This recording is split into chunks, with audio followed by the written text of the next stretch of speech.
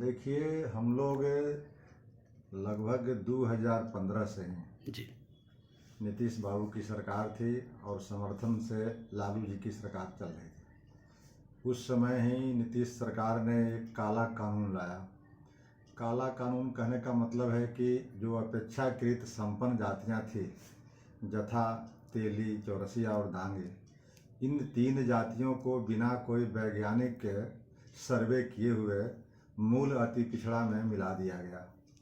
मूल अति पिछड़ा और पिछड़ा एक कर्पूरी ठाकुर, जननायक कर्पूरी ठाकुर जी ने 1978 में ही वर्गीकरण किया था, जिनको आज देश में सम्मान मिला है, सर्वोच्च नागरिक सम्मान का। उस समय कर्पूरी ठाकुर की धारणा थी कि जब तक नीचे जातियों को ऊपर की जातियों से अलग नहीं रखा जाएगा, पिछड़े वर्ग में भी, तब तक नीचे के जो पिछड़ी जातियां हैं उसको लाभ नहीं मिलेगा। वर्गीकरण का उनका मकसद था। उस वर्गीकरण के एक तरह से नीतीश बाबू की एक झटके में नीतीश जी की कर्पूरी जी की आरक्षण को समाप्त कर दिया गया। तब से हम लोग कोर्ट कचहरी से लेकर के सड़कों पर हम लोगों ने रथ यात्रा निकाली। हम लोगों ने जननायक कर्पूरी ठाकुर के कर्पूरी ग्राम से पद यात्रा निकाली।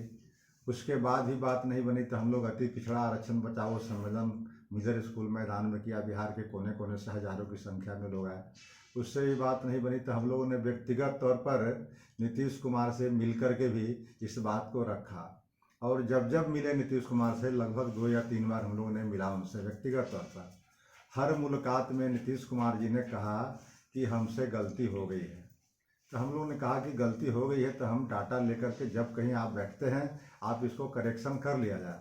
लेकिन नीतीश कुमार जी लगातार 8 साल बीतने के बाद भी आज तक करेक्शन नहीं किए, जिसका कुपरिणाम हुआ कि 110 जो मूल अति पिछड़ी जातियां थी उनका हकमारी 70 से लेकर के 100% तक होने लगा। उदाहरण स्वरूप नगर निगम के बारे में मैं बताऊं कि सबसे ऊंचा पोस्ट होता है मेयर का, और बिहार के अंदर अभी 17 नगर निगम हैं। 17 में से 3 नगर निगम के पद अति पिछड़ा वर्ग के लोगों के लिए आरक्षित किया गया। लेकिन उन 3 में से 110 जातियों को एक भी नगर निगम के मेयर का पद नसीब नहीं हुआ।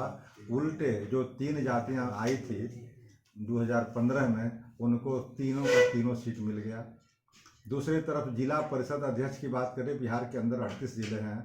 38 जिलों में से 7 जिला परिषद के अध्यक्ष के पद पर वही 3 जातियों में से लोग आसीन हो गए। तो इस तरह से हकमारी कहीं कहीं 100% में लगी। और यही स्थिति सिर्फ जिला परिषद और नगर निगम तक नहीं है, बल्कि पंचायत के जितने भी पद होते हैं, चाहे पंचायत समिति हो, चाहे मुखिया हो, चाहे प्रमुख हो, या फिर जितने रिक्रूटमेंट एजेंसी है, उस रिक्रूटमेंट एजेंसी में मैंने बहाली में भी, नौकरी में भी वही लोग संपन्न जाति थे, इसलिए आने लगे। तो इतनी बड़ी हकमारी जो जननायक कर्पूरी ठाकुर की संकल्पना थी कि हम इसको मुख्य धारा में लाएंगे, बहुत पीछे है विकास के दौर में, तो आज तो है आरक्षण करीब करीब अर्थहीन हो गया। इस कदर हम लोगों के अंदर आक्रोश है। बिहार के लगभग 110 जातियों में नीतीश कुमार के प्रति भयंकर गुस्सा है, आक्रोश है, उत्तेजित है लोग। इस आक्रोशित भावना को हम लोगों ने ये आज 15 दिन पहले स्मार पत्र के माध्यम से भी नीतीश कुमार जी को सूचित किया था कि आप इन मुद्दों पर या तो चाहें तो आप बुला लें और नहीं तो इसकी मांगे पूरी कर दें। लेकिन सरकार कुछ नहीं सुनी। तब अंततोगत्वा हम लोगों ने विधानसभा घेराव की चेतावनी दी थी। और आज जब विधानसभा घेराव करने हम लोग निकले तो सरकार के इशारे पर जो पटना पुलिस की जो कार्रवाई हुई, उसकी जितनी भी निंदा की जाए कम है। पहली कार्रवाई तो ये हुई उनकी कि हम 12:30 बजे से अपना विधानसभा का शांतिपूर्ण मार्च निकालना चाहते थे, लेकिन पुलिस 11:15 बजे के आसपास 11:30 बजे हमारे लोगों को गेट में बंद करके गांधी मैदान के अंदर और नज़रबंद करने की कोशिश की। हम लोग किसी तरह जबरन वहाँ से गेट को खुलवाते हुए, पुलिस को धक्का देते हुए जब बाहर निकले तो जेपी गोलंबर पर बैरिकेडिंग की गई और वहाँ पर पानी के फव्वारे भी छोड़े गए। उससे भी जब बात नहीं बनी तो हम लोग पर लाठियाँ चलाई गई और हमारे जो माताएं और बहनें थी उस शांतिपूर्ण प्रदर्शन में, उन पर भी लाठियाँ बरसाई गई, धक्का मुक्की की गई। उस समय पटना पुलिस के एक भी महिला कांस्टेबल नहीं था और इस तरह से हमारे बेटी बहनों पर और इस तरह के धक्का मुक्की और इस तरह का व्यवहार किया गया, उससे वो लोग शर्मसार हो रहे थे। इसके बाद भी लाठीचार्ज हुआ। तो हम लोग तो चाहते थे कि शांतिपूर्ण ढंग से प्रदर्शन करें और डाकबंगला चौराहा तक हम लोग जाने की इच्छा व्यक्त किया था, लेकिन डाकबंगला चौराहा तक भी पुलिस प्रशासन चाहती थी दबाव दे करके कि नहीं जाने दे। लेकिन हम लोग की जो मांगे थी कि तेली तमोली दांगी मूल अति पिछड़ा को नीतीश कुमार अविलंब निकाले। 10-15 दिन के बाद चुनाव की अधिसूचना जारी होने वाली है। अगर इस चुनाव की अधिसूचना के पहले अगर नीतीश की सरकार इसे वापस नहीं लेती है काला कानून को, तब बिहार में लगभग 110 जातियां जो मूल अति पिछड़ा है, जिसकी आबादी लगभग 36% है, वे सभी के सभी लोग आक्रोशित हैं, सड़क पर आ गए हैं। अब इंतजार हम लोग की है कि अगर यह समय पर इसकी घोषणा नहीं करते हैं, वापस नहीं लेते हैं, तो हम लोग आगामी लोकसभा के चुनाव में नीतीश कुमार के साथ आर पार की लड़ाई पर लड़ेंगे और इसकी खामियाजा भुगतना पड़ेगा इस सरकार को। इसी संकल्प के साथ आज के बिहार के कोने कोने से हजारों लोगों ने बिहार के हर जिलों से आकर के इस शांतिपूर्ण प्रदर्शन में भाग लिया और इस आवाज़ को बुलंद किया। सर, अति पिछड़ों के आपके नेतृत्व में अति पिछड़ों ने एक ऐतिहासिक रैली किया जो विधानसभा गिरने को काम किए, उसके बाद भी ये बिहार सरकार द्वारा लाठीचार्ज कर दिया जाता है। इस पर क्या कुछ सरकार को क्या कुछ कहेंगे बिहार सरकार को? जो गलतफहमी थी हमारे अति पिछड़े के भाइयों के बीच में कि यह सरकार अति पिछड़ों की है, और सच्चाई भी है कि नीतीश कुमार की जो भी विधायक बने हैं वो अति पिछड़े के वोट से बने हैं। आज अगर नीतीश कुमार की पार्टी का सबसे बड़ा वोट बैंक कोई है तो अति पिछड़ा और उनकी जाति है।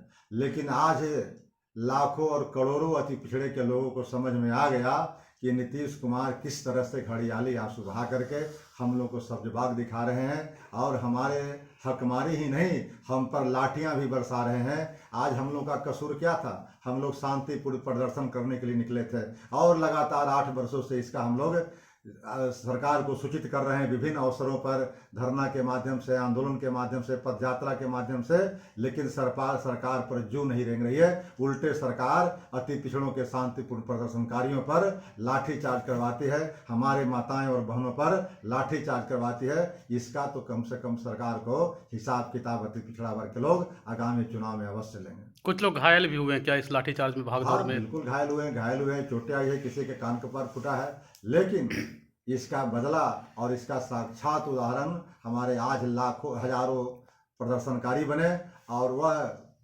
फेसबुक के माध्यम से, सोशल मीडिया के माध्यम से, अखबारों के माध्यम से, आप लोगों के माध्यम से ये जन जन तक पहुंच जाएगी कि आज ये सरकार जो है अति पिछड़ों के वोट लेकर के अति पिछड़ों पर लाठियां बरसाती है। वह भी जब हम वाजिब हक मांगने जा रहे हैं सरकार से, तब उसके हक पूरा करने के बजाय हकमारी कर रही है और हक देने के बजाय उन पर लाठियां बरसाती है।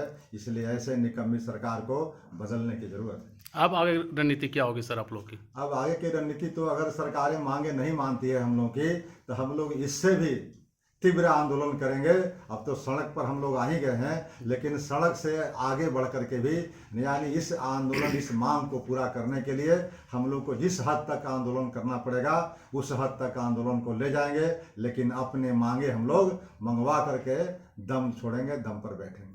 अच्छा, पूरे की वो तो समय बताएगा, लेकिन अभी तो जो सरकार ने 8 वर्षों से इसी नीतीश कुमार जी कुंडली पर मार के बैठे हुए हैं स्टीयरिंग सीट पर। उस समय भी थे जिस समय लालू प्रसाद इनको सहयोग कर रहे थे, आज भाजपा सहयोग कर रही है, फिर भी ये स्टीयरिंग सीट पर बैठे हुए। तो यह नीतीश सरकार की कारगुजारी है कि आज हम लोग रोड पर भीख मांग रहे हैं न्याय का, और उल्टे सरकार जो है अति पिछड़ों के प्रदर्शन पर लाठी चलवा रही है। तो आप समझ सकती है, या अति पिछड़े वर्ग के लोग समझ सकते हैं कि यह सरकार अति पिछड़ों की हिमायती है या अति पिछड़ों के घड़ियाली आंसू बहा रही है।